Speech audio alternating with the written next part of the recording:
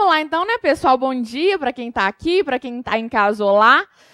Continuando o assunto que a gente estava tratando na aula passada, eu separei dentro do nosso planejamento um tempo bom para a gente falar de agentes públicos, que é extremamente importante para a gente, extremamente importante, na verdade, para qualquer concurso público, né, para qualquer tipo de prova.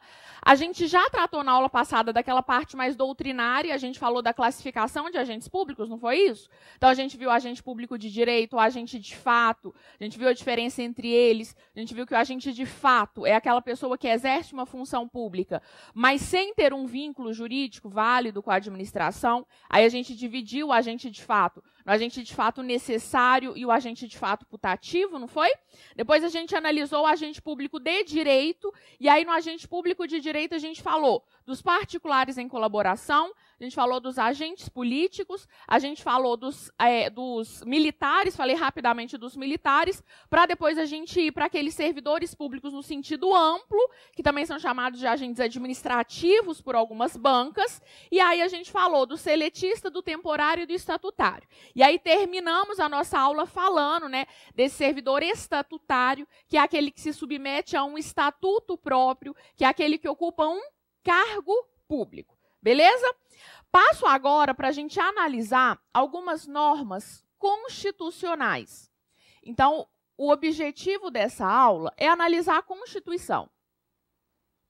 Analisar as normas constitucionais em que a gente vai entender quais são as normas importantes ou quais são as normas aplicáveis a esses agentes públicos. Normalmente, na maioria das vezes, a gente vai estar falando do servidor estatutário, mas não necessariamente. Em determinadas situações, eu tenho certas normas constitucionais que são aplicáveis, inclusive, àquele seletista. A gente viu, por exemplo, na aula passada, que o servidor seletista ele se submete a concurso público, que é uma norma constitucional, uma norma de direito público que vai ser aplicado também para o servidor seletista. Mas aí a gente vai analisando isso aos poucos, à medida que a gente for falando desses pontos importantes. Com relação a agentes públicos, com relação a servidores públicos na Constituição, eu basicamente tenho regras dos artigos 37 a 41 da Constituição. Dos artigos 37 a 41, a gente vai encontrar normas, dispositivos que falem de servidores públicos. No 37, como o 37 ele é muito grande e ele tenta, de alguma maneira, abarcar diversos temas de administração pública, eu tenho coisas que não têm nada a ver com agente público. Eu tenho licitação, eu tenho alguns pontos que não têm ligação com agentes públicos. Mas na maioria do artigo 37 até o 41, nós temos normas constitucionais aplicáveis aos agentes públicos, aos servidores públicos. O que eu quero fazer é tratar de algumas delas, é aprofundar em alguns pontos, inclusive aprofundar um pouquinho na doutrina e na jurisprudência, principalmente aqui. Jurisprudência, em certos momentos, é extremamente interessante e extremamente importante, por exemplo, quando a gente fala de concurso público, em que a gente vai ter que analisar algumas decisões do STF, do STJ, para a gente ter uma visão ampla e a gente conseguir, de alguma maneira, cercar seu examinador para o que ele quiser cobrar para você na sua prova de agentes públicos, você está tranquilo para fazer. E aí eu começo com aquele primeiro tema que é extremamente importante para todo mundo aqui, que é o concurso público. Se eu não tivesse a previsão do concurso público lá na Constituição, ninguém estaria aqui segunda-feira, 8 horas da manhã, estudando, olhando para a cara da professora Flávia. Porque concurso público é necessário, a gente sabe, para que você ingresse no seu cargo público. Quais que são os dispositivos que eu quero analisar com vocês com relação ao concurso público? Artigo 37, incisos 2 e 3 da Constituição. Artigos 37, incisos 2 e 3, trazem para a gente os pontos importantes com relação ao concurso público. E aí aqui, como eu disse, eu aprofundo um pouco na jurisprudência, eu quero analisar um pouco o STF, STJ daqui a pouco. Primeira coisa, pessoal, para que eu preciso fazer um concurso público? O concurso público ele é necessário para quem, de acordo com 37, inciso 2, quer ingressar em um cargo público ou para quem quer ingressar em um emprego público. Então, o concurso público ele é necessário tanto para o ingresso em cargo público, claro que a gente vai ver que tem exceção, quanto para o ingresso em emprego público. Se eu quero ocupar um cargo público no TRF, eu preciso fazer um concurso público. Se eu quero trabalhar, por exemplo, no Banco do Brasil, que tem servidores seletistas, eu também preciso fazer concurso público. Por quê? Porque tanto o cargo quanto o emprego público, eles se submetem à regra do concurso público. Concurso, a gente sabe o que é, né? Eu acho que a gente não precisa colocar um conceito no caderno. O concurso público ele é um procedimento administrativo que vai selecionar os melhores candidatos para ocupar esse determinado cargo, esse determinado emprego. Ele serve, no final das contas, para garantir todos aqueles princípios da administração. Principalmente o princípio da moralidade, o princípio da impessoalidade. Para que o TRF ele faz um concurso público? Para garantir que eu não vou colocar naquele cargo de servidor quem um determinado juiz quer. Eu não vou colocar ali pessoas, aquele chamado QI, né, aquele quem indica, eu não vou colocar só aquelas pessoas que têm algum tipo de influência com alguém lá dentro. Eu vou colocar naquele cargo pessoas que realmente merecem estar ali, pessoas que se dedicaram, pessoas que são os melhores candidatos para aquele cargo. Então, o emprego público ou o cargo público, eles se submetem ao concurso público. Agora, pessoal, em regra, beleza, eu preciso fazer concurso público para ocupar um cargo público. Existe exceção? Apesar do 37.2 ele trazer a regra, ele próprio traz para mim uma exceção. Que exceção que a gente tem na própria Constituição, no artigo 37, inciso 2? Aquele chamado cargo em comissão. O cargo em comissão é uma exceção ao concurso público. O cargo em comissão é aquele que a gente chama de cargo de livre nomeação e livre exoneração. Para que eu ocupe um cargo em comissão, eu não preciso fazer concurso público. O cargo em comissão ele é de livre nomeação. O cargo em comissão é aquele cargo que quem nomeia tem liberdade para nomear e ele também tem liberdade para exonerar. No Poder Judiciário, a gente vê muito cargo em comissão. Cargos, às vezes, de assessoria de um determinado juiz, o juiz ele tem, em determinadas situações, isso vai depender sempre das leis internas, das normas internas daquele tribunal, ele tem liberdade para nomear determinadas pessoas. Só que é aquele cargo que não traz nenhum tipo de segurança. Por quê? Porque a qualquer momento aquela pessoa ela pode ser exonerada. É diferente do nosso cargo, do cargo que vocês vão ocupar, que é o chamado cargo público efetivo. O efetivo é aquele que possibilita estabilidade, é aquele que você vai adquirir uma segurança no serviço público. O cargo em comissão, não. Cargo em comissão é de livre nomeação, livre exoneração, do mesmo jeito que aquela pessoa que nomeia tem liberdade para nomear, ela pode exonerar a qualquer momento. Então, o próprio 37.2, daqui a pouco a gente pega ele lá na Constituição, traz para a gente essa exceção do cargo em comissão. Cargo em comissão não se submete, óbvio, a concurso público. Agora, eu consigo pensar em outras exceções, gente? Que você vê Quarré lá, por exemplo, em direito constitucional, nem comigo aqui em direito administrativo. O tribunal, ele vai ser nomeado, né, ele vai ser preenchido, em princípio, por pessoas de carreira, né, por agentes de carreira. Mas existe aquele chamado quinto constitucional. O quinto constitucional entraria para a gente aqui também como uma exceção ao concurso público? Sim. Quinto constitucional, que você estuda em direito constitucional, ele também é uma exceção à regra do concurso público. Vocês já ouviram a história da filha do Fux? Da filha do ministro Fux, do STF? A filha do Fux, que eu nunca lembro o nome dela, não sei se é Mariana, eu confundo o nome dela. Eu chamo ela de Fuquezinha. A Fuquezinha, ela era uma advogada do Rio de Janeiro, advogada que foi nomeada para desembargadora do Tribunal de Justiça do Rio de Janeiro. A Fuquezinha fez concurso público? Gente, não fez. Porque se ela tivesse feito, ela não teria passado. Se você duvida de mim, procura no Google. Entra no Google, depois procura assim. Sabatina, filha do ministro Fux. Porque eu já não vou saber o nome dela, mas vai aparecer. Gente, porque quando você vai ser nomeada, né, para um quinto constitucional, para você se tornar uma desembargadora, você passa por uma sabatina. Né? Você fica na frente dos desembargadores, eles vão te fazer perguntas para ver se você realmente merece. Tudo bem, se é advogado, ok, mas eu quero saber se é boa de serviço ou não. Gente, por favor, sério, assiste, escuta, não tem vídeo não, tem só o áudio. Fizeram uma pergunta para ela, uma pergunta tipo ridícula, perguntaram se um órgão público poderia, se o Poder Judiciário no fórum, poderia ceder uma sala para outro órgão. É óbvio que pode, porque a gente tem sala lá no fórum da Defensoria, do OAB. Então, assim, é uma coisa que todo mundo que já entrou no fórum sabe. Aí ela respondeu isso em 3 minutos, ela tinha 15. Ela respondeu em 3, o que ela fez nos outros 12? Mandou beijo para os amigos do papai. É por Deus, não mandou beijo, eu estou exagerando, mas ela cumprimentou. Gostaria de cumprimentar fulano de tal, gostaria de cumprimentar fulano de tal. Ela cumprimentou até o vô que morreu. Ah, meu vô que morreu, que está no céu. Ela não passou no concurso público. E o que aconteceu? Ela se tornou desembargadora do Tribunal de Justiça. Está lá até hoje. Ela é desembargadora do Tribunal de Justiça sem fazer concurso. Ela era advogada. Por quê? 5º constitucional. Liguei para o meu pai no dia, xinguei meu pai todo. Falei, por que não? Por que não se tornar ministro do STF, gente? Ia facilitar a minha vida, né? Mas não, vai vender carro. Não facilitou, entendeu? Então, 5º constitucional é uma exceção à regra do concurso público.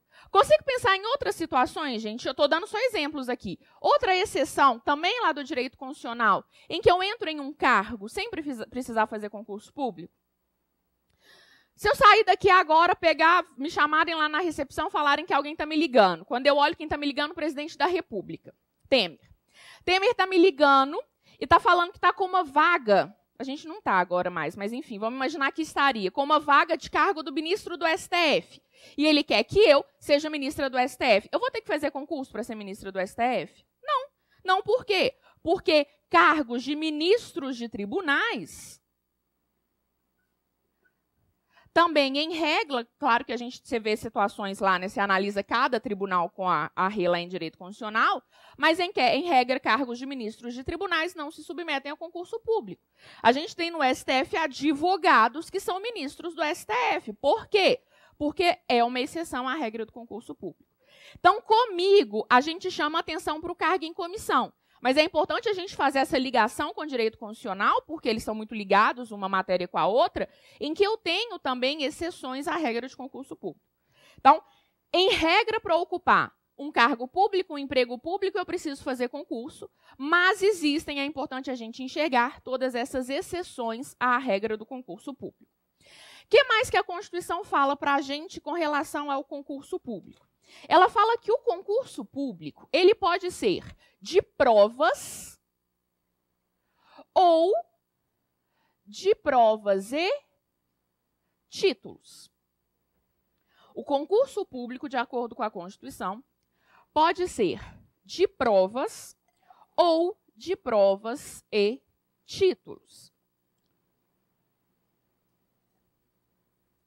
Determinados concursos públicos, eles são só de provas. Então, eu posso ter prova objetiva, prova dissertativa, prova oral, prova física, prova de digitação. Eu tenho diversas provas às quais os candidatos se submetem e aí a gente faz uma lista de classificação com base na nota que eles tiram em cada uma dessas provas.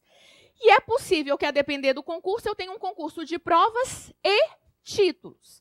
Além de fazer todas essas provas, oral, dissertativa, objetiva, de digitação, física, enfim, diversas provas que a gente pode ter, eu tenho também a necessidade, ou a possibilidade, na verdade, de apresentação de títulos, que vão dar uma pontuação a mais para quem faz aquele concurso.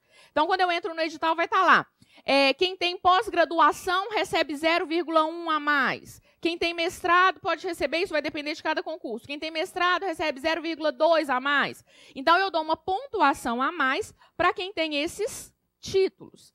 Concurso de delegado, por exemplo, vai estar lá falando que quem já exerce cargo policial recebe 0,1 a mais. É uma pontuação a mais que eu dou para quem apresenta determinados títulos, determinada graduação, enfim. Então, é possível que eu tenha um concurso de provas e títulos. Com relação aos títulos, duas coisas que eu tenho que chamar a atenção. A primeira delas é o seguinte: eu posso ter um concurso público só de títulos? Imagina, vai passar no concurso público do TRF quem tiver mestrado. Eu posso fazer isso? Nunca. Até porque eu estaria, de alguma maneira, favorecendo uma parcela muito pequena da sociedade. Né? Porque fazer um mestrado, um doutorado, pós-doutorado é tudo caro. Então, se eu coloco isso como a única necessidade de um concurso, eu vou estar, de alguma maneira, ferindo o princípio da igualdade, princípio da moralidade, da impessoalidade, enfim, vou estar ferindo todos os princípios. Então, não existe, põe isso no seu caderno, não existe concurso só de títulos. O concurso ele é de provas ou de provas e títulos. A não ser se a gente for pensar num cargo acadêmico, né, numa universidade, que aí tudo bem, eles podem ter alguma maneira lá diferente de selecionar por exigência do MEC, mas aí não entra para a gente na regra, que é o que cai para a gente em prova. Então, o concurso ele tem que ser de provas ou de provas e títulos. A segunda observação com relação a esses títulos é o seguinte. Os títulos, gente, num concurso de provas e títulos, ele tem caráter apenas classificatório ou ele pode ter caráter eliminatório? Quem não tiver pós-graduação não vai ser aprovado no concurso. Eu posso ter esse tipo de previsão?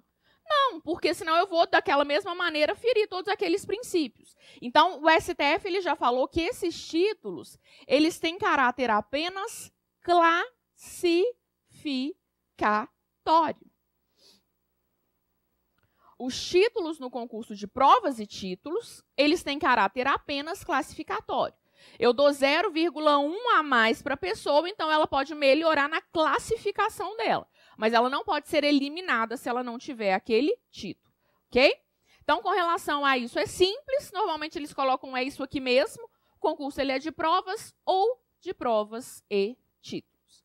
Isso tudo está no artigo 37, inciso 2. Vão lá na Constituição e aí a gente já confere o inciso 2 do artigo 37.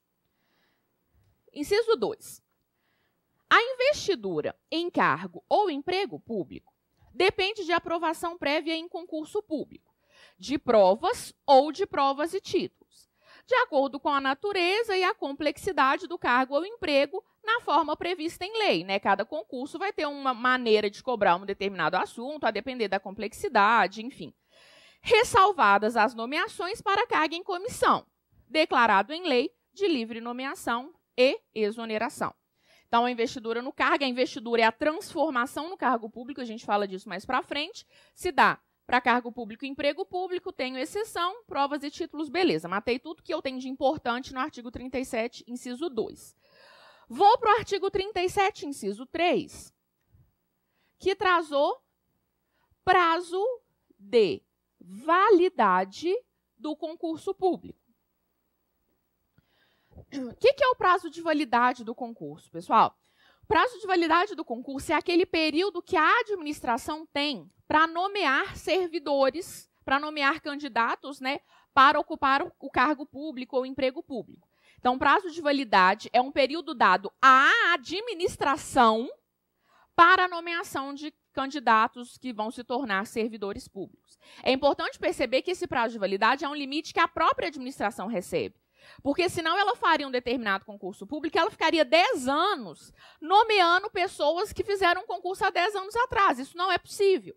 Eu tenho um prazo de validade para limitar a administração.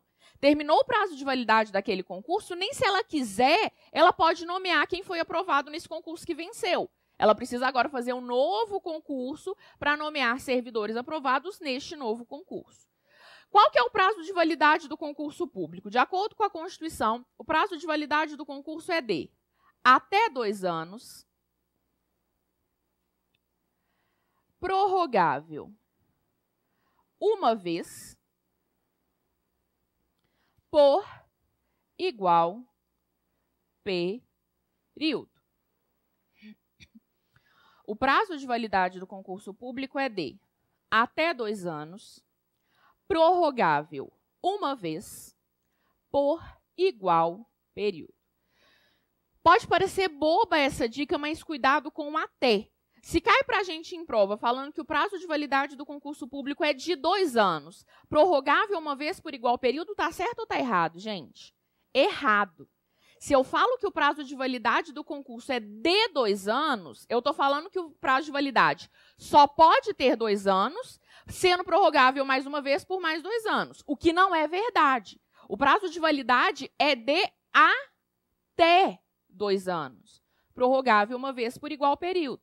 Significa dizer que o concurso ele pode ter um prazo de validade de 1 ano, prorrogável por mais 1 ano. Ele pode ter um prazo de validade de 6 meses, prorrogável por mais 6 meses. Já teve um concurso desse, se não me engano, foi o INSS que fez há muito tempo, eu nem estudava ainda para concurso. Mas eu posso ter prazo de validade com prazo diferente, até 2 anos. Então, se aparece para a gente em prova que o prazo de validade é de 2 anos, está errado. porque ele é de até 2 anos, prorrogável uma vez por igual período. Beleza? Com relação ao prazo de validade, só aprofundando um pouquinho em alguns pontos. Primeira coisa, quando que o prazo de validade começa a contar? O prazo de validade começa a contar do edital, o prazo de validade começa a contar da prova, o prazo de validade começa a contar do resultado. O prazo de validade começa a contar de quando? De acordo com o STJ, o prazo de validade ele começa a contar da homologação. Então, o início da contagem do prazo de validade se dá com a homologação do concurso público. Vou te explicar. O prazo de validade começa a contar da homologação do concurso público. Resumidamente, como que acontece um concurso público? Isso você não precisa pôr no caderno, porque cada concurso vai ser de um jeito. Mas vamos imaginar. Eu tenho o edital, aí depois do edital a gente tem prazo para inscrição, aí depois do prazo da inscrição a gente tem a prova, aí vamos imaginar que eu tenho 3 fases diferentes. Então, eu tenho prova objetiva, depois eu tenho prova de redação, depois eu tenho prova oral, sei lá, depender do tipo de prova que é, do concurso que é, enfim, eu tenho todas as provas. Depois eu tenho o resultado, que é o resultado preliminar. Aí, depois do resultado preliminar, eu tenho um prazo para recurso. Depois desse recurso, eu tenho o resultado final. Aí, depois do resultado final, o que a comissão que é responsável pelo concurso público faz? Ela pega todo aquele processo, o concurso público ele é um processo administrativo mesmo, então, pastas e mais pastas, né, daquele concurso público. Ela pega essas pastas todas, ela pega todo esse processo e leva para uma autoridade competente. Normalmente, um chefe de um determinado órgão, uma pessoa que recebe por lei ou por um ato administrativo a competência de tomar conta ou de analisar a legalidade daquele concurso. Manda, então, para o presidente do tribunal. Vamos imaginar que está lá na norma interna falando que é o presidente do tribunal que faz isso. Manda para o presidente do tribunal. O presidente ele vai analisar tudo o que aconteceu nesse concurso, ele vai analisar página por página e ele vai falar no final das contas, está tudo de acordo com a lei. Porque pode ser que ele está ali analisando e ele vê alguma coisa errada. Se ele olha tudo, se ele analisa todo aquele processo e vê que está tudo de acordo com a lei, o que ele faz? Ele homologa. A homologação nada mais é do que essa análise e aí ele coloca numa folha lá, homologo, e assina. A partir do momento em que o concurso é homologado, é que começa a contar o prazo de validade do concurso público. É por isso que às vezes a gente vê um concurso que foi aplicado em 2014, mas que só começou o prazo de validade em 2015, 2016. Por quê? Porque só depois dessa homologação, desse ato formal, que o prazo de validade começa a contar. Então, o prazo de validade do concurso ele começa a contar da homologação do concurso público.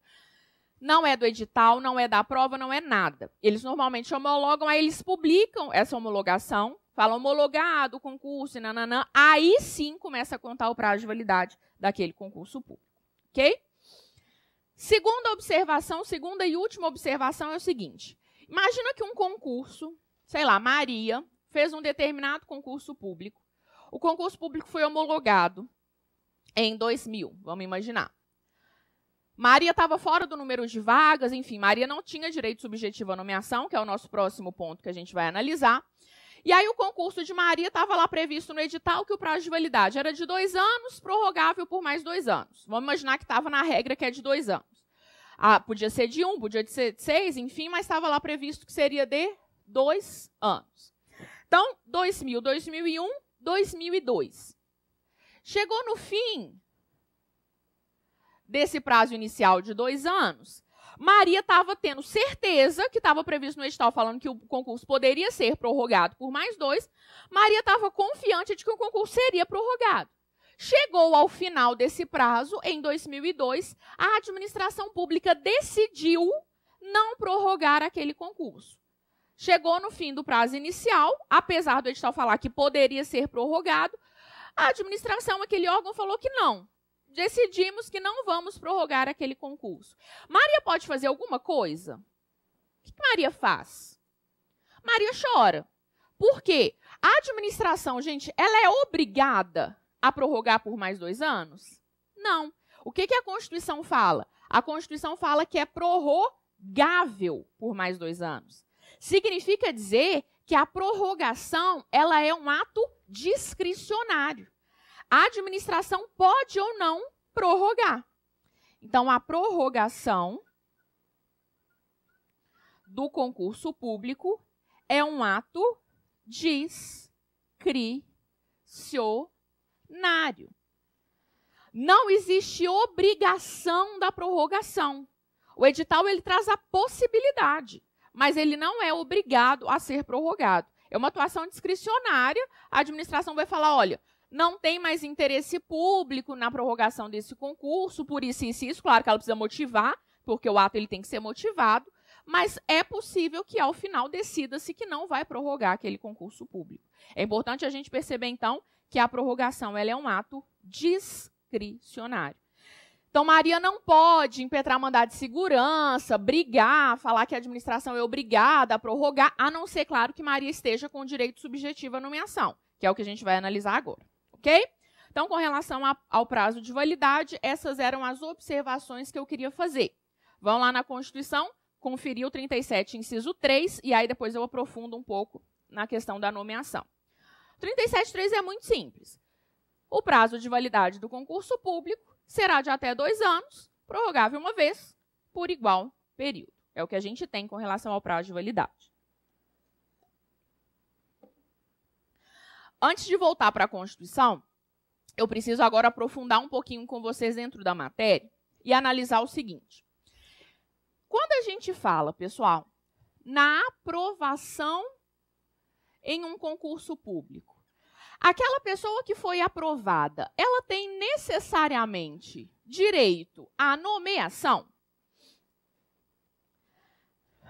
Eu ser aprovada num concurso público, eu ser classificada num concurso público, traz em regra direito subjetivo à nomeação? Necessariamente eu vou ser nomeada? Infelizmente não. Quando a gente fala da aprovação em um concurso público, nós vamos dizer que existe o que nós chamamos de mera expectativa de direito à nomeação. A aprovação em um concurso traz a chamada mera expectativa de direito à nomeação. Não necessariamente o candidato ser aprovado no concurso faz com que ele tenha direito subjetivo à nomeação. Porque o que acontece? A administração ela coloca, né, um determinado requisito para aprovação, ou que a gente chama de classificação no concurso. Então, quando você entra no resultado final de um concurso, diversas pessoas, a depender do requisito que colocaram no edital, ficam lá como aprovadas. Aprovada significa dizer que aquela pessoa ela tem todas as condições de ser nomeada, respeitada a ordem de classificação. Mas, salvo as exceções que a gente vai trabalhar aqui hoje em sala, a aprovação não traz direito necessário à nomeação. Vou contar uma história que vocês conseguem enxergar isso. Há um tempo atrás, já tem muito tempo, eu cheguei num churrasco com meu marido, e aí eu conversando com um amigo dele, aí o amigo dele, eu fiz um concurso, fui aprovado, meu nome está lá como aprovado. Falei, pô, feliz e tal, não sei o quê. Em que lugar você está? Aí ele, eu estou em 500 e alguma coisa. Aí eu falei, tá, pô, legal, tem tribunal que chama mais de 500 pessoas, a depender do cargo, enfim. Eu falei, pô, legal e tal. Há quanto tempo que você fez esse concurso? Aí ele, 7 anos.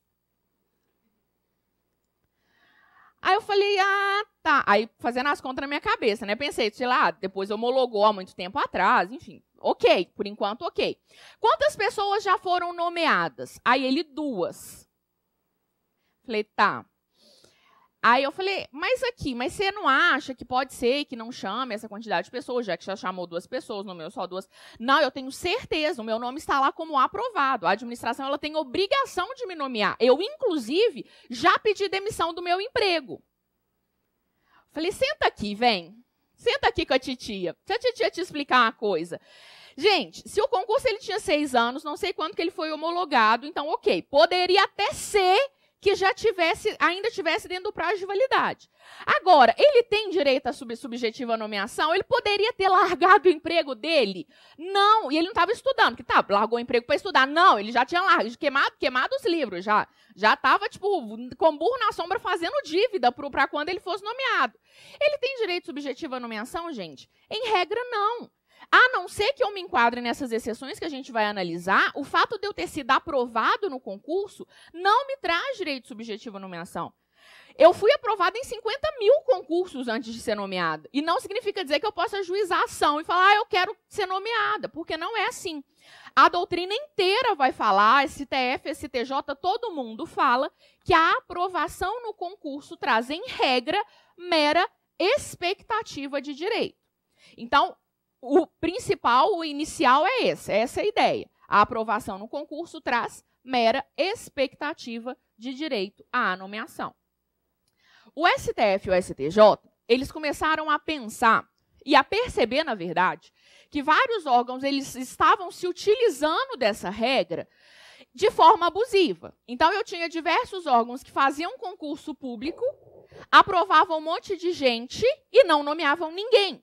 O que está errado? O que está errado por quê? Porque aí eu estou me utilizando dessa prerrogativa de forma abusiva, às vezes até mesmo para arrecadar dinheiro de inscrição. Enfim, eu não posso fazer isso de acordo com o STF e o STJ.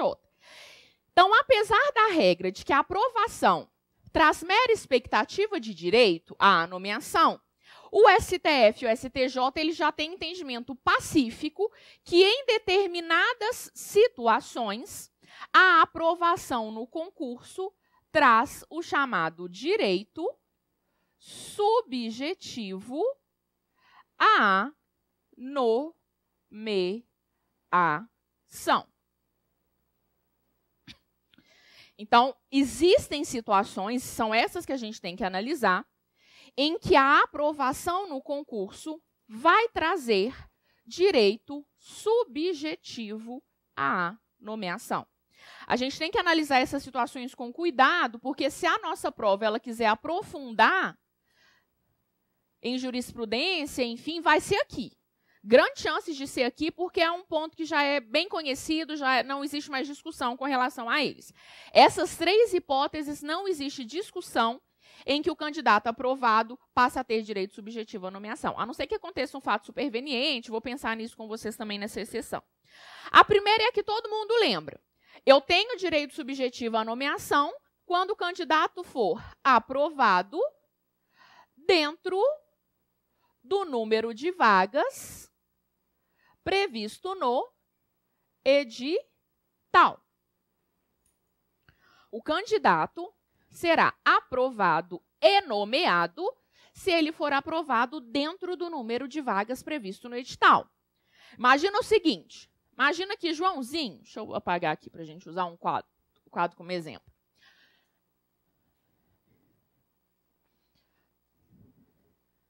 Imagina o seguinte, Joãozinho fez um concurso público e esse concurso público trazia no edital a previsão de 10 vagas. Então, eu tinha 10 vagas previstas naquele edital. Imaginemos que Joãozinho foi aprovado em 9º lugar. Se Joãozinho foi aprovado em 9º lugar, ele agora passa a ter direito subjetivo à nomeação. Qual que é a ideia? A ideia é que quando a administração ela traz no edital o número de vagas, ela se vincula àquele número de vagas. Se ela está me dizendo que tem 10 lugares a serem ocupados dentro daquele órgão, com aquele determinado cargo, ela se vincula àquilo que ela está dizendo. Então, em regra, quem for aprovado dentro desse número de vagas tem direito subjetivo à nomeação. Claro que essa nomeação ela não precisa ser imediata. A administração ela tem o prazo de validade, ela tem o prazo de validade inteiro para nomear esses 10 candidatos. Mas esses 10 eles vão ter direito subjetivo à nomeação em regra. Normalmente, o que o candidato faz? Vamos imaginar Joãozinho, está lá em 9º lugar. Ele vai esperar o prazo de validade. Aí, normalmente, quando está chegando no final desse prazo de validade, ele ainda não foi nomeado, o que ele faz? Já procura o advogado. O advogado ele já faz o mandado de segurança, ele já faz a petição do mandado de segurança e deixa. Quando está chegando nos últimos dias do prazo de validade, Joãozinho não foi nomeado ainda, o que faz? Impetra o mandado de segurança. Impetra o mandado de segurança por quê? Porque, nesse caso, eu tenho um direito líquido e certo de Joãozinho, que foi ferido por um ato de autoridade, afinal de contas, ele não foi ainda nomeado, não amparado por habeas corpus, habeas data, aquela regra toda lá do mandado de segurança, impetra-se o mandado de segurança, porque, nesse caso, ele tem esse direito. Ele tem esse direito subjetivo à nomeação, por quê? Porque a administração está descumprindo o que ela mesma falou, que era o preenchimento daquelas 10 vagas. Claro que a gente pode ter motivos supervenientes que justificam a não nomeação. É possível, por exemplo, que numa situação de crise financeira do órgão, ele justifique que, olha, eu falei que realmente tinha 10 vagas, poxa vida, realmente eu quero preencher as 10 vagas, mas eu não tenho dinheiro para pagar ninguém mais. É difícil isso acontecer, mas é possível. E o STF, ele traz essa ressalva.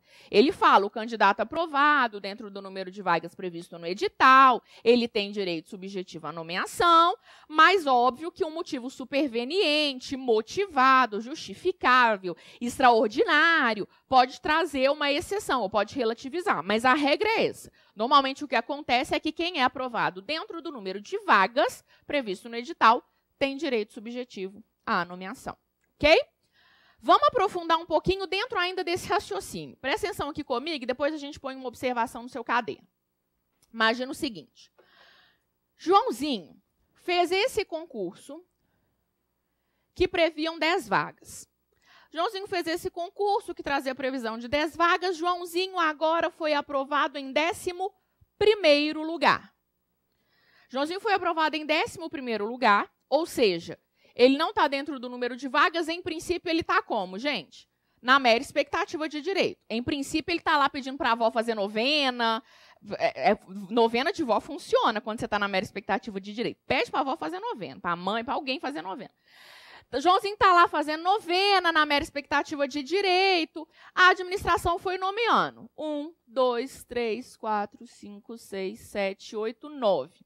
Quando a administração foi nomear o 10º, que estava aqui dentro, vamos imaginar que ela chamava Maria. Quando a administração foi nomear Maria, que estava dentro ainda da previsão dos que estavam aprovados dentro do número de vagas, Maria desistiu daquele concurso. Maria, ela fez um ato formal, e aí você tem que fazer um ato formal, ir no cartório, reconhecer firma, levou lá nesse órgão falando que ela desistiu do concurso. Sei lá, durante esse tempo, Maria já tinha sido aprovada em outro concurso, já estava trabalhando em outro órgão, Maria não queria aquela vaga mais. Então, aquela pessoa que estava dentro do número de vagas, que era Maria, desistiu do concurso. Qual que vai ser o próximo? Joãozinho. A minha pergunta é o seguinte, Joãozinho, nesse caso, tem ou não direito subjetivo à nomeação? Joãozinho foi aprovado fora do número de vagas, ok. Mas a partir do momento em que Maria não toma posse, Maria oficialmente, formalmente desiste, fala que ela não quer aquela vaga, o que acontece com o Joãozinho, gente? Passa a ter direito subjetivo à nomeação. Por quê? Porque agora ele passa a ficar dentro do número de vagas. Quando alguém que está dentro do número de vagas desiste, o próximo, de acordo com o STJ, passa a ter direito subjetivo à nomeação. Coloca isso no seu caderno como observação. É uma decisão relativamente recente do STJ e que é interessante para a gente na prova. Então, coloca o seguinte. Caso um candidato aprovado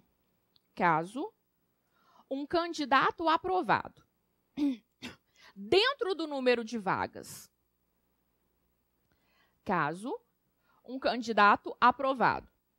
dentro do número de vagas, desista do concurso,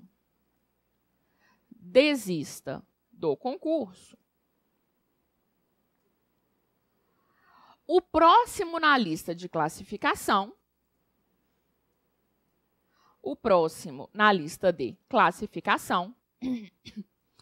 passa a ter direito subjetivo à nomeação.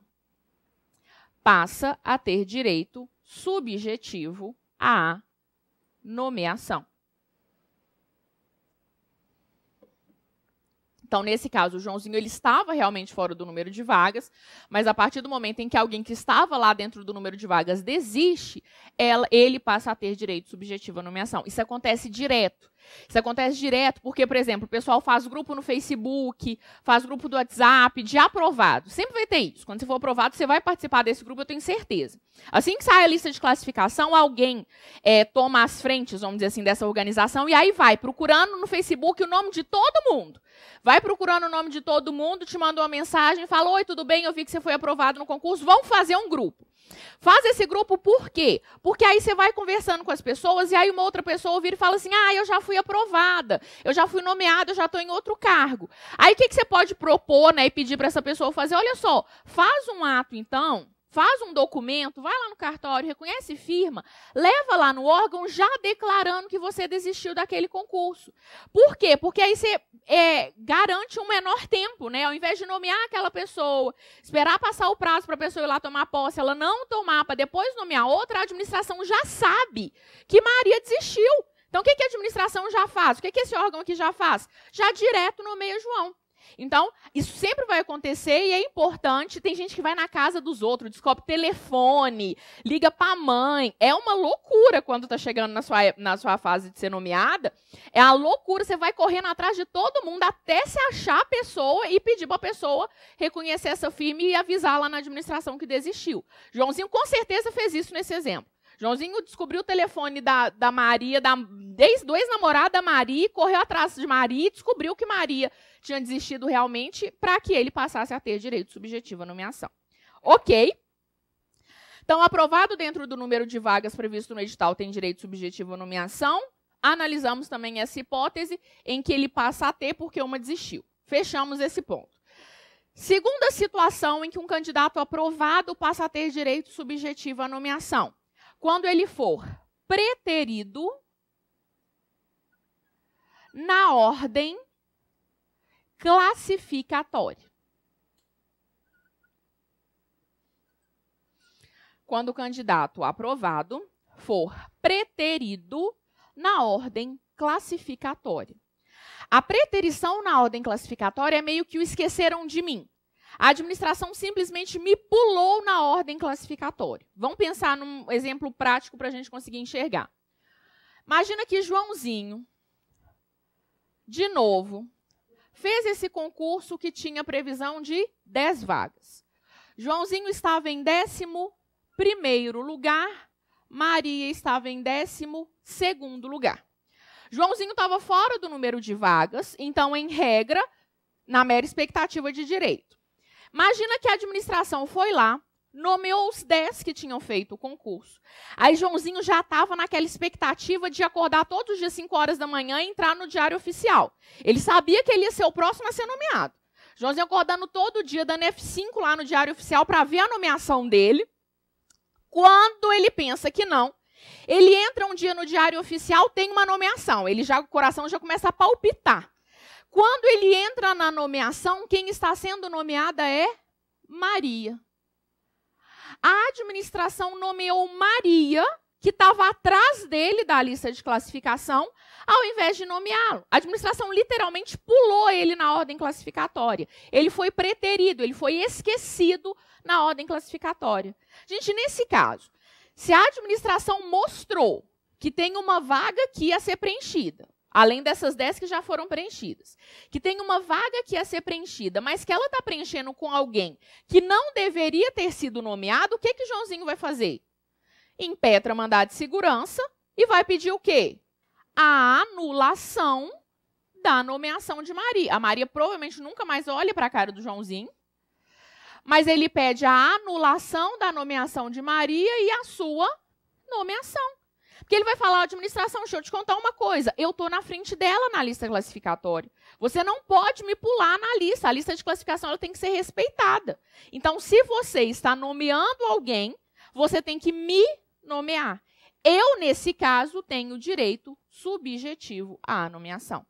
Então, a preterição na ordem classificatória traz direito subjetivo à nomeação para aquele candidato. Para o Joãozinho aqui no meu exemplo.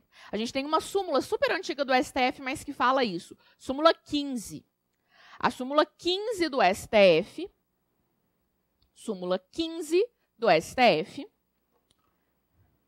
traz essa previsão. Fala dessa preterição na ordem classificatória. Agora, vamos aprofundar.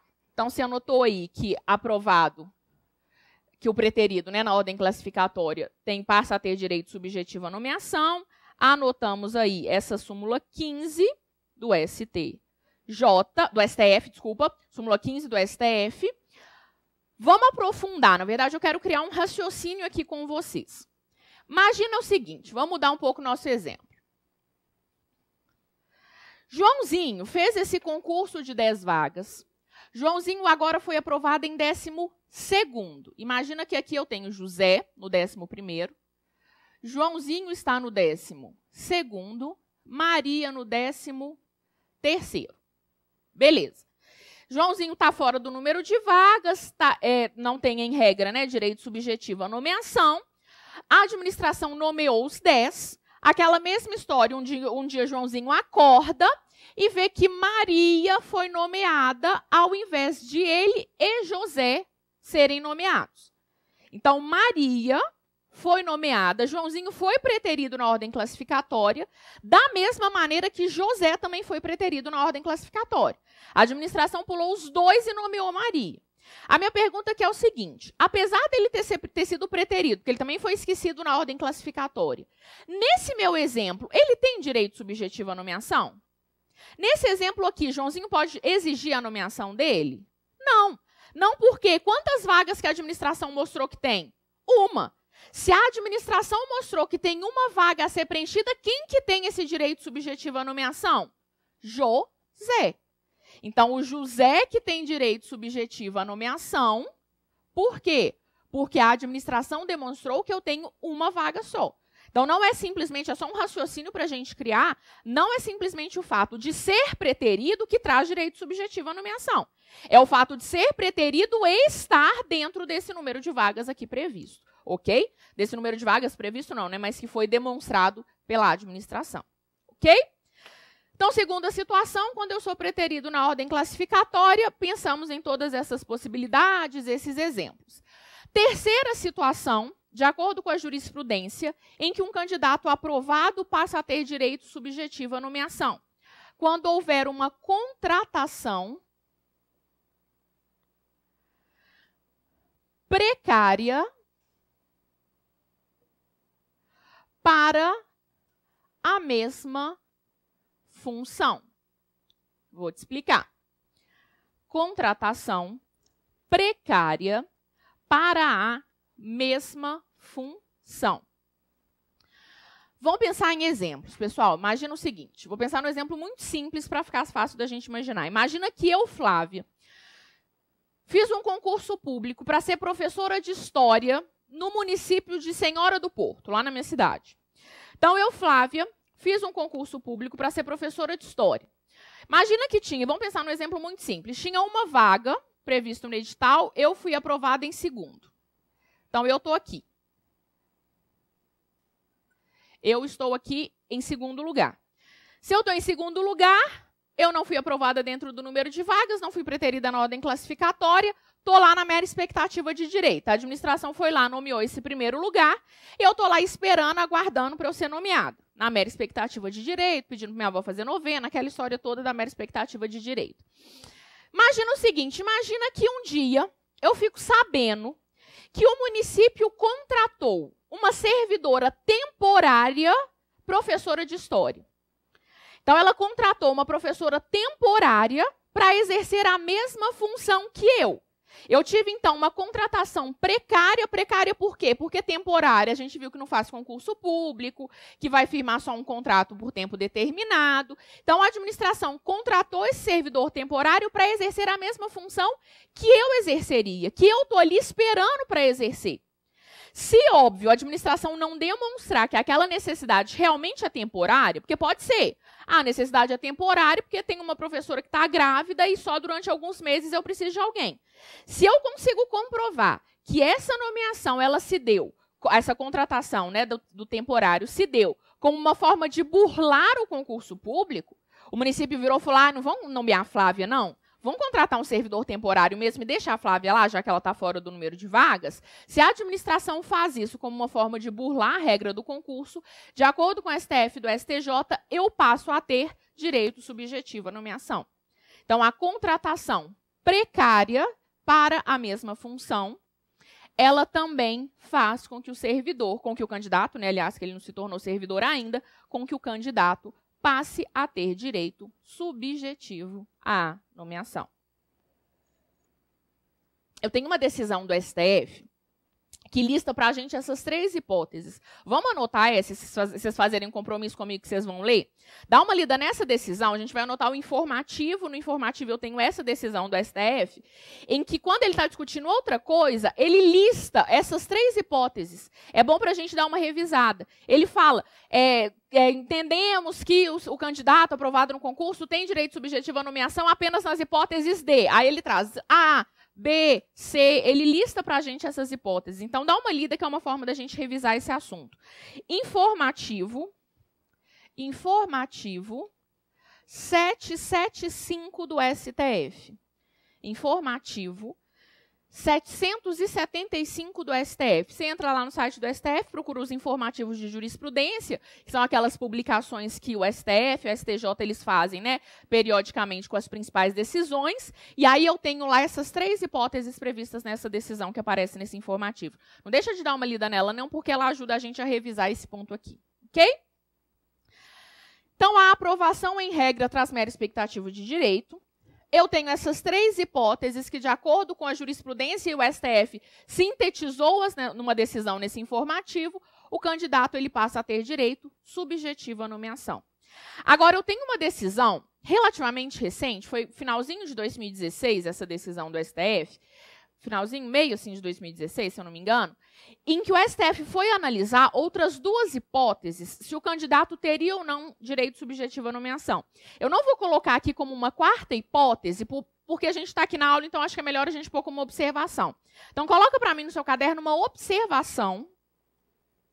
Eu, inclusive, gravei há um tempo atrás um vídeo do YouTube, no YouTube do Supremo, que eu explico essa situação, mas vamos colocar de novo e vamos aprofundar nela, entender, porque eu acho que é importante também para a nossa prova, tendo em vista que é uma decisão relativamente recente, que deu muito o que falar, enfim. Então, coloca como observação. Eu vou ditar primeiro e depois a gente vem aqui para o quadro e a gente pensa no exemplo. Coloca o seguinte para mim. Observação. O surgimento de novas vagas. O surgimento de novas vagas. Ou a abertura, o surgimento de novas vagas. Ou a abertura de novo concurso público. O surgimento de novas vagas. Ou a abertura de novo concurso público. Não traz, vírgula, em regra, não traz, vírgula, em regra, vírgula de novo, direito subjetivo à nomeação. Não traz, em regra, direito subjetivo à nomeação. Ponto. Vamos entender essa parte, depois eu vou complementar aí com exceção. Vamos para a regra primeiro. Qual foi essa situação? Chegou no STF a seguinte situação. Joãozinho tinha sido aprovado num concurso público, fora do número de vagas, não foi preterido na ordem classificatória, não teve contratação precária, enfim. Ele estava lá na mera expectativa de direito, aguardando para ser nomeado. Vamos imaginar que foi aquele concurso de 10 vagas em que ele estava em 11º lugar, todo mundo aqui já tinha sido nomeado. E aí, enquanto ele estava lá dentro do prazo de validade do concurso dele, aguardando a nomeação, torcendo pela nomeação, ele ficou sabendo que foi publicada uma lei que criava 5 vagas para aquele cargo. Então, eu tive a criação de 5 vagas novas, ou de 5 novas vagas, de 5 novos cargos para aquele que ele estava esperando ser nomeado. O que Joãozinho fez? Joãozinho falou, opa, então peraí, eu não estou dentro do número de vagas previsto no edital, mas se tem novas vagas, e se a administração, se esse órgão criou novas vagas, é porque tem lugar ali para ser preenchido. O que o Joãozinho fez? Impetrou o mandado de segurança, demonstrando que tinha o surgimento de novas vagas e pedindo a sua nomeação. O que o STF falou? Joãozinho, não é bem assim. Não é bem assim por quê? Ainda que a administração, ainda que esse órgão tenha criado essas novas vagas, não significa dizer que ela quer preencher essas vagas agora. Pode ser que ele só queira preencher essas vagas lá na frente. Ela não é obrigada a nomear ninguém para essas vagas agora, porque ela seria obrigada aqui, essas previstas no edital. Agora, se não está no edital, não existe direito subjetivo à nomeação. De acordo com o STF, que foi o que você colocou no seu caderno, o surgimento de novas vagas não vai trazer, em regra, direito subjetivo à nomeação. O que o STF falou? Que o surgimento de novas vagas e a nomeação dessas novas vagas é um ato discricionário da administração. Se ela quiser nomear agora, bem. Agora, se ela não quiser porque ela quer nomear só lá na frente, bem também. É uma liberdade, uma margem de liberdade que a administração tem de nomear ou não para essas novas vagas. Então, surgimento de novas vagas não tem direito subjetivo à nomeação. Em regra, vou trazer exceção daqui a pouco. Mesma coisa com a abertura de novo concurso público. Imagina o seguinte, imagina que Joãozinho estava lá, nessa mesma história, 11º lugar, dentro do prazo de validade do concurso dele, então ele estava apto a ser nomeado. E aí imagina que ele descobre que a administração está iniciando um novo procedimento para um novo concurso, para aquele mesmo cargo. Não tem nessa história de vaga, ou tem, enfim, não importa. Mas imagina que a administração está começando um novo concurso público. Então vamos chamar esse concurso do Joãozinho de concurso 1. Ela está iniciando o concurso 2 para aquele mesmo cargo. Aí qual que foi o raciocínio do Joãozinho? Opa, peraí. Se esse órgão está fazendo um novo concurso, está iniciando um novo concurso para o mesmo cargo meu, agora eu tenho direito subjetivo à nomeação. Se ela está fazendo um novo concurso, é porque ela está querendo nomear a gente. Se ela está querendo nomear, ela vai ter que me nomear. O que o STF falou de novo? Joãozinho, também não é bem assim.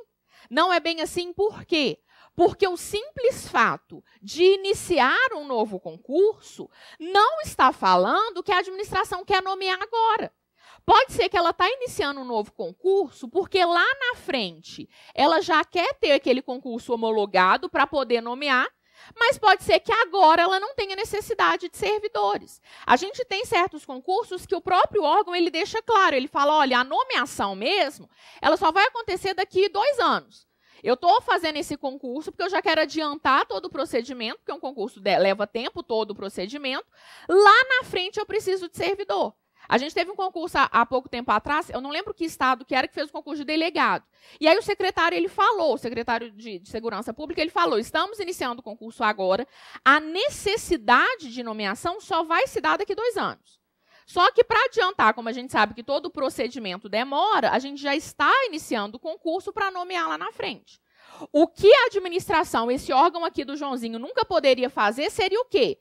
Iniciar esse concurso e nomear pessoas desse concurso antes de terminar o prazo de validade do concurso 1. Aí Joãozinho teria direito subjetivo à nomeação. Mas, de acordo com o STF, só iniciar o concurso também é uma atuação discricionária. O início, a abertura do concurso é discricionário, porque a administração tem discricionariedade para querer nomear aqui na frente, e ela sabe que aí esse concurso 1 já vai ter terminado o prazo de validade, não pode ser prorrogado, enfim, aí o Joãozinho não tem direito subjetivo à nomeação. Então, é o que você colocou no seu caderno. A abertura de novo concurso público, em regra, não traz direito subjetivo à nomeação. Para o STF, nem o surgimento de novas vagas e nem a abertura de novo concurso vai trazer, em regra, direito subjetivo à nomeação. Agora, é óbvio que se eu estou falando que é em regra é porque tem exceção. Completa a exceção no seu caderno e depois a gente vem aqui e entende. Coloca o seguinte. A não ser, aí você colocou ponto, né? Aí você coloca a não ser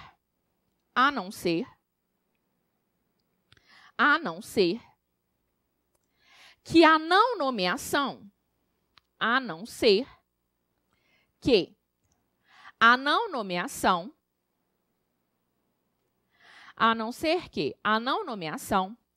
se dê de forma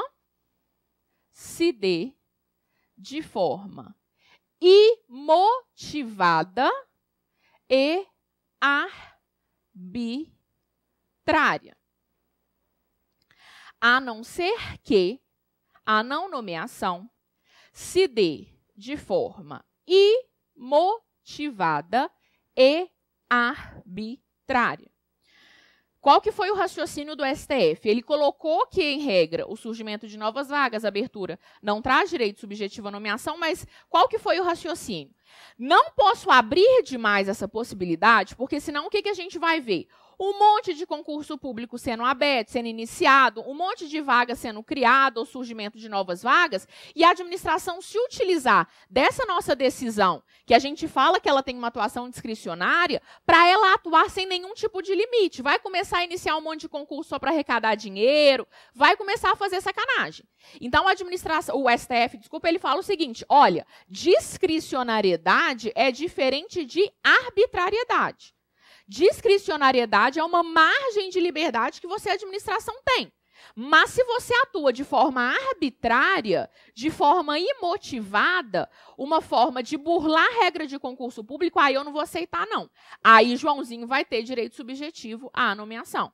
Se você criou essas 5 novas vagas e você não está querendo nomear, porque você já está querendo fazer novo concurso como uma forma simplesmente de não nomear Joãozinho, aí nós não vamos aceitar, não. Aí ele vai ter direito subjetivo à nomeação.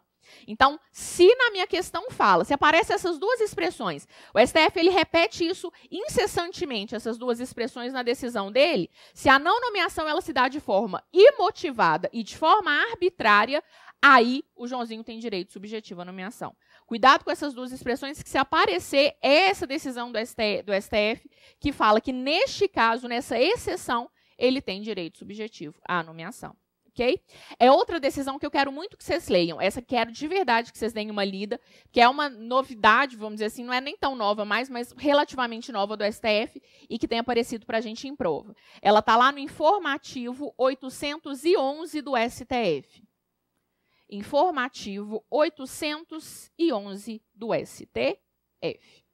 Então, beleza. Terminei a parte do concurso público. A gente viu que o concurso público está no inciso 2 e no inciso 3, os principais. Entendemos tudo com relação a concursos públicos. Aproveitei e aprofundei nessa história do direito subjetivo à nomeação, porque se a sua prova ela quiser aprofundar em jurisprudência, é um ótimo ponto para aprofundar nesse tema em que a gente fala do concurso público. Continuando com normas constitucionais relativas aos servidores públicos, eu vou para o artigo 37, inciso 5. Artigo 37, inciso 5 da Constituição. O artigo 37, inciso 5, ele fala da função de confiança e do cargo em comissão. A gente já viu o cargo em comissão, a gente viu que o cargo em comissão é aquele cargo de livre nomeação, livre exoneração, mas é importante que a gente não confunda, e na prática essas funções, esses cargos, eles são bem misturados, né? Na prática eles são bem confundidos. É importante que a gente não confunda o cargo em comissão com a função de confiança. Deixa eu fazer assim, o cargo em comissão com a função de confiança. O artigo 37.5 ele vem para falar disso. Ele vem para sanar essa dúvida, ele vem para resolver a dúvida, a diferença entre cargo em comissão, função de confiança. O cargo em comissão, pessoal, de acordo com a Constituição, daqui a pouco eu pego ele lá para a gente ver, ele tem um limite em que ele vai ser ocupado por pessoas que ocupam cargo público, mas a regra do cargo em comissão é que ele pode ser preenchido por qualquer pessoa. Salvo o limite que a Constituição traz, que vai ter gente de cargo de carreira, de gente que já ocupa cargo, em regra o cargo em comissão ele pode ser ocupado por qualquer pessoa. Então, qualquer pessoa que não tenha vínculo nenhum com a administração pode ocupar um determinado cargo em comissão. Estou, sei lá, passando na rua, alguém olha para minha cara e fala, nossa, tem cara de que entende alguma coisa de direito administrativo. Vem cá que eu vou te nomear para um cargo em comissão. Ok. Não tenho vínculo nenhum com a administração. Tem problema não. Vem que eu vou te nomear. Eu tenho liberdade para te nomear. Só que é aquela coisa. Ele tem liberdade para nomear e liberdade para exonerar. Eu não tenho segurança no cargo. Diferente do cargo em comissão é a função de confiança. A função de confiança necessariamente só é dada para quem já tem um cargo efetivo. A função de confiança não pode ser dada para qualquer pessoa. Ela só pode ser dada para quem já tem um cargo público. Então, a função de confiança é apenas para quem ocupa um cargo efetivo. Ou seja, só uma pessoa que já fez um concurso público, que já ocupa um cargo público efetivo, é que pode receber uma função de confiança. É a chamada FC. Então, depois que você passar no seu concurso, depois que você ocupar seu cargo efetivo, é perfeitamente possível que você receba uma função de confiança. É uma função a mais que você recebe, em virtude dessa função a mais. Você tem mais atribuições, mais responsabilidades, mais remuneração.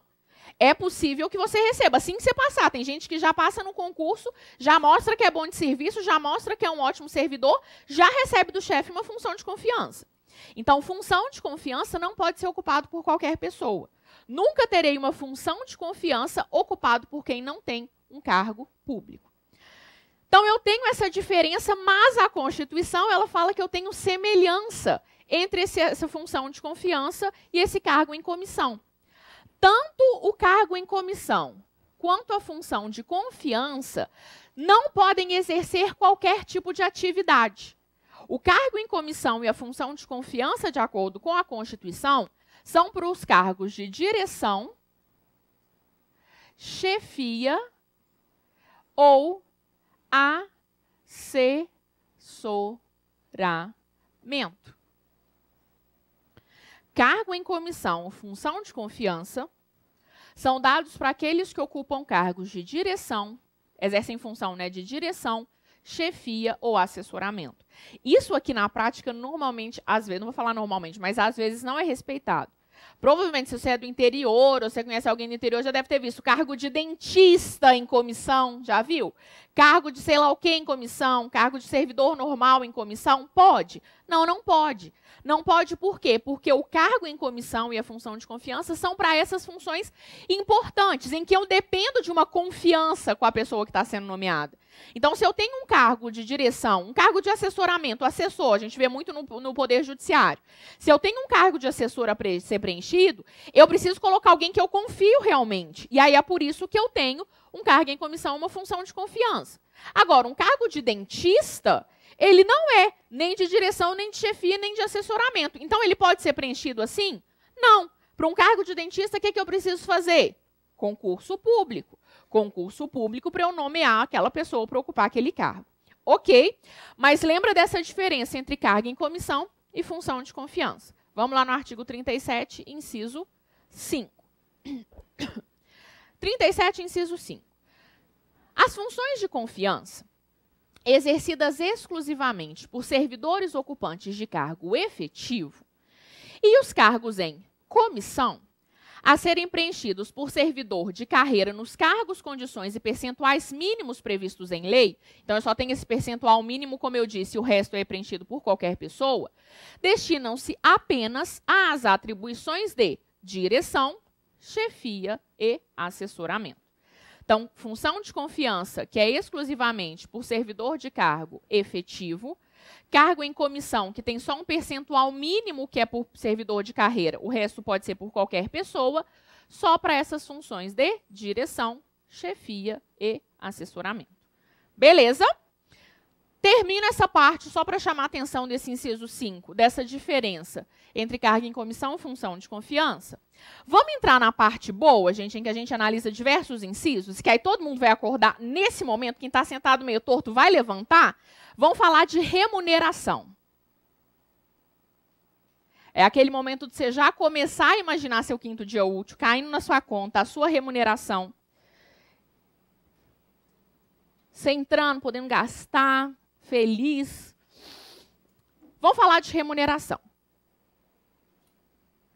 Aí eu quero trazer uma parte mais doutrinária e depois a gente analisar alguns incisos do artigo 37, enfim. Com relação à remuneração, pessoal, a primeira coisa que a gente precisa entender é o que significa... Pode ser no intervalo? Pode. Aí você me lembra. Como é que você chama? Marina? Me lembro, Marina. Quando a gente fala de remuneração, pessoal, a gente precisa entender primeiro o que é a remuneração de um servidor público. A remuneração do servidor, a remuneração sua, ela não é simplesmente um valor que vai cair na sua conta. A remuneração, a gente vai dizer que ela é uma soma de valores. A remuneração do servidor é uma soma do chamado vencimento com as vantagens pecuniárias. Então, a remuneração do servidor público é uma soma do vencimento mais as chamadas vantagens pecuniárias. Quando você pegar seu contra-cheque, o seu contra-cheque não vai ter um valor sozinho. O seu contra-cheque ele vai ter o vencimento e ele pode ter diversas vantagens pecuniárias, a depender da sua situação. O que é o vencimento? O vencimento é um valor fixo previsto em lei para um determinado cargo público. Então, o vencimento no singular, não posso falar vencimentos, porque se eu falo vencimentos, é sinônimo de remuneração. O vencimento, ele é um valor fixo previsto em lei para aquele seu cargo público. Então, aquele valor que aparece para a gente no edital é de quê? O seu vencimento. É o valor fixo que você recebe todo mês, que está previsto em lei, e eu só posso ter uma lei para alterar o vencimento. Eu tenho essa lei, e aí ela traz para a gente o valor fixo para aquele determinado cargo público. Só que além do vencimento, que é esse valor fixo, eu posso ter diversos outros valores, que são essas chamadas vantagens pecuniárias. Eu posso ter, por exemplo, vamos imaginar só exemplos, gratificação por encargo de curso ou concurso. Se você atuar, por exemplo, quando você estiver lá no seu cargo, você se oferecer ou te chamarem para atuar numa banca de concurso público, você vai receber uma gratificação. Se você trabalha em horário extraordinário, você vai receber aquela chamada hora extra, que é um adicional por tempo extraordinário de serviço.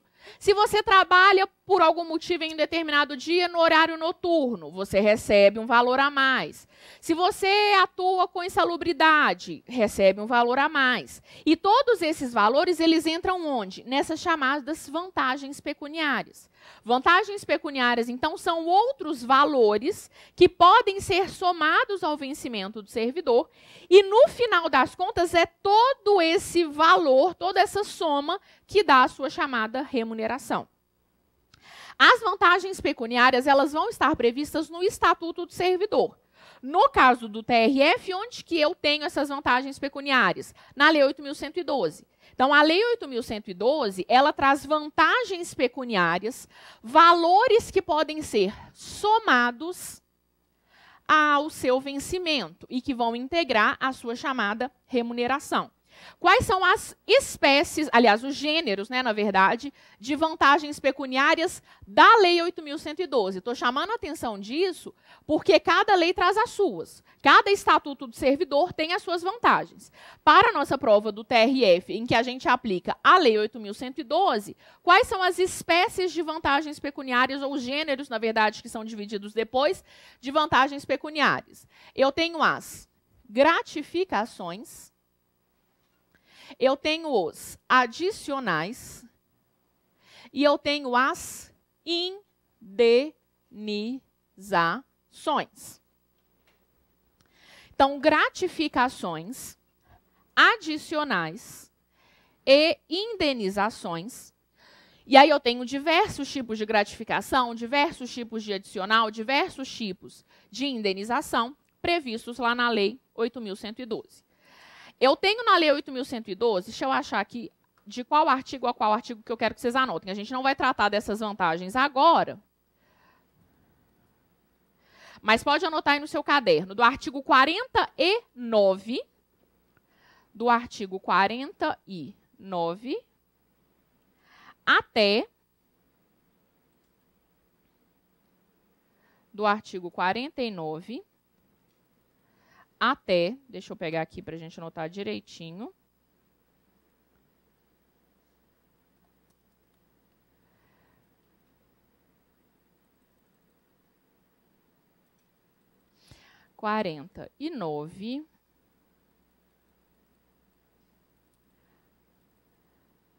até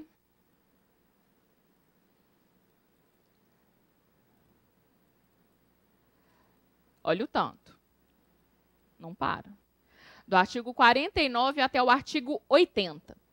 Artigo 49 a 80 trazem para a gente essas vantagens pecuniárias que são acrescentadas, que são somadas ao vencimento do servidor.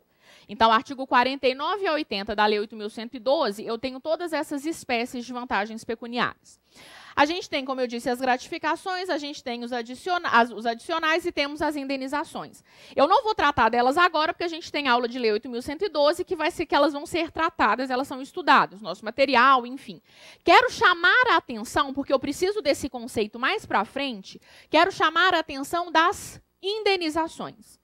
Então, a indenização eu vou chamar a atenção aqui, não vou ficar analisando cada uma delas, mas eu quero entender o que é uma indenização, porque ela é bem importante para a gente em diversos pontos quando a gente for tratar agora de remuneração.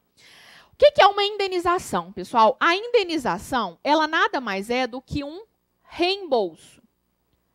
Uma espécie de reembolso que o servidor recebe em virtude da sua função.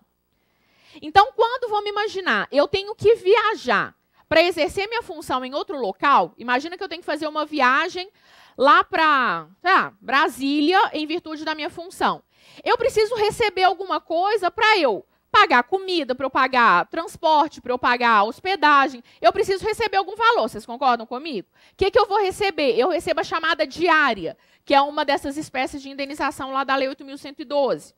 Se eu preciso me mudar em virtude do meu cargo, se eu estou exercendo meu cargo aqui em Belo Horizonte por algum motivo, eu sou removida de ofício, ou seja, me mandam morar agora em outra cidade. Eu preciso receber um reembolso em virtude da mudança. Tenho lá na Lei 8.112 a chamada ajuda de custo. Então, reembolsos, espécies de reembolsos, são essas chamadas indenizações. Eu não estou recebendo aqui gratificação nem adicional, eu estou simplesmente sendo reembolsada, seja previamente ou seja posteriormente, em virtude de uma despesa que eu posso vir a ter. São essas chamadas indenizações. Então, quando a gente ouve, e aí claro que isso depende muito do cargo. Tem cargo que tem auxílio moradia. Quando eu tenho um auxílio livro, né, auxílio biblioteca, tem cargo que existe, cargo bem importante, né? Auxílio livro. Imagina, Carmen Lúcia, ministra do STF, recebendo auxílio livro. Ela precisa de auxílio livro, gente? Se Carmen Lúcia quer um livro, o que ela faz, gente? Ela simplesmente, ou ela escreve, bom, essa é boa, ou ela escreve, né, porque aquela gênia, ela escreve, se ela quiser, ela vomita um livro, se ela quiser. Gente, ou então ela liga, tipo, ela liga para uma editora, fala, oi, tudo bem, quem está falando é a Carmen Lúcia. Ou que a pessoa que atender desmaia, depois que acordar, fala, minha filha, eu estou te mandando a biblioteca, eu estou te dando tudo que você quer.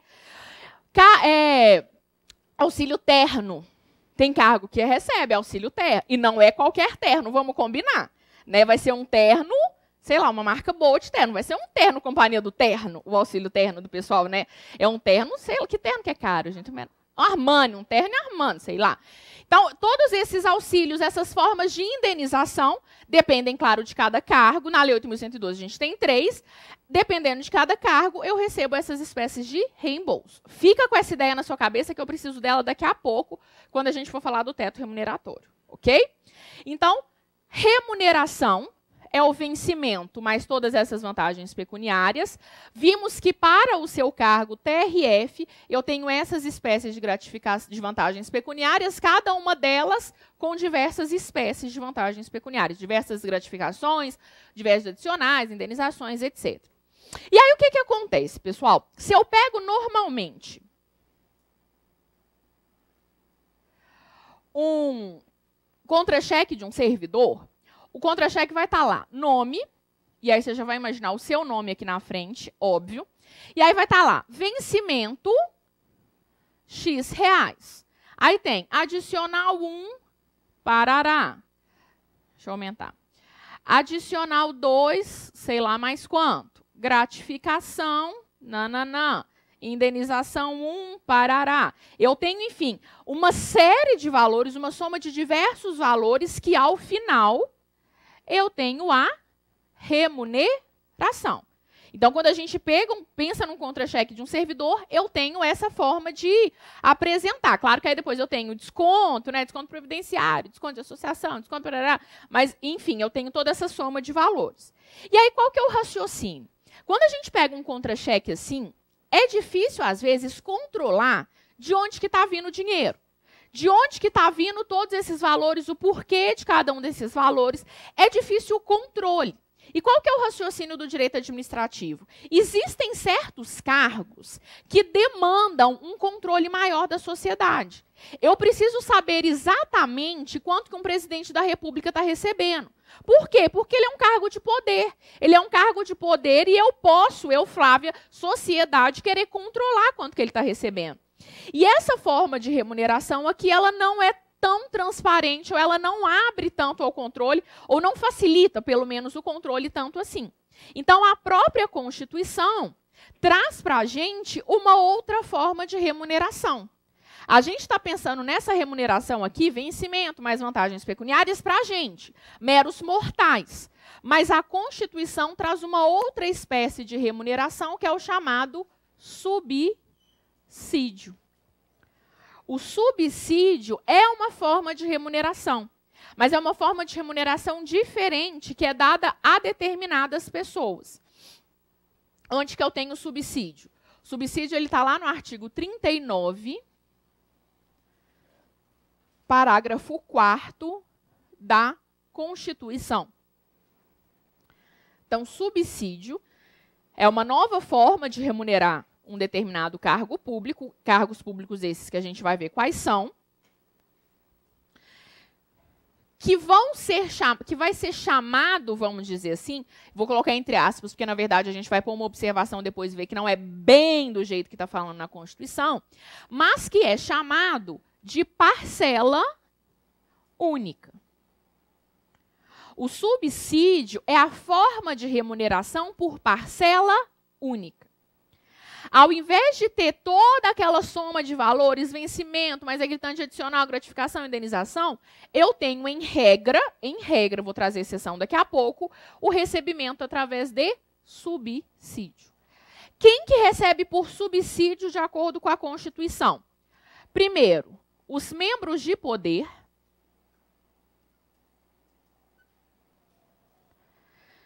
Segundo,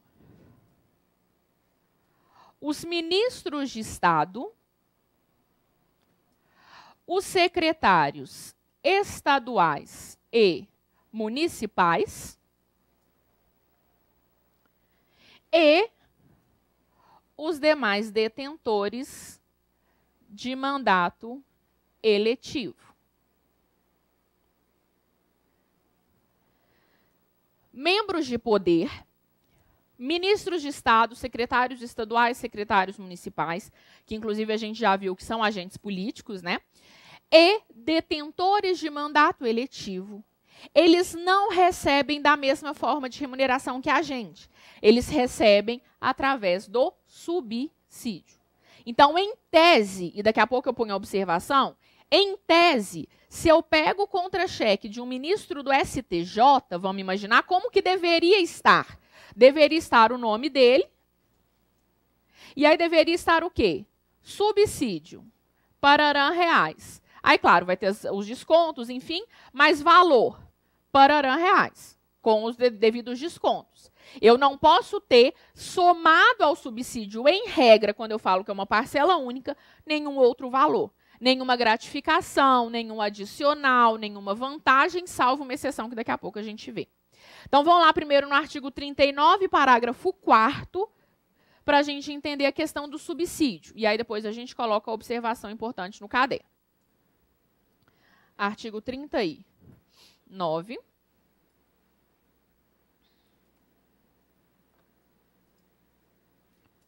O mouse...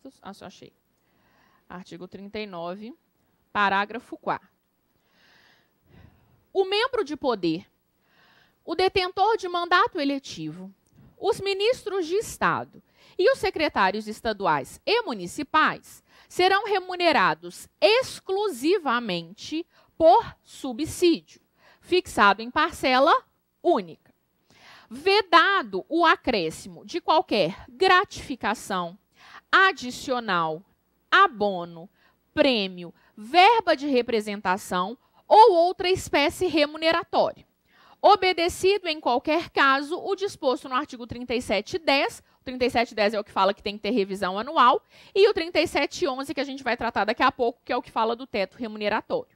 Então, essas pessoas, elas recebem exclusivamente por subsídio fixado em parcela única. E aí a Constituição, ela traz a vedação da soma de um monte de coisa, gratificação, adicional, abono, prêmio, blá. Pergunta, o 39, parágrafo 4º, ele veda a soma de indenização? Não. Por quê? Porque a indenização é reembolso, e se é reembolso, ela pode ser somada à parcela única. Então, coloca como observação no seu caderno o seguinte: as indenizações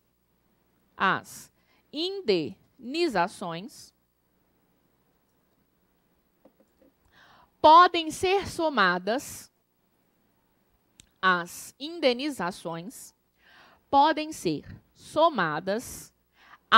subsídio. As indenizações podem ser somadas ao subsídio.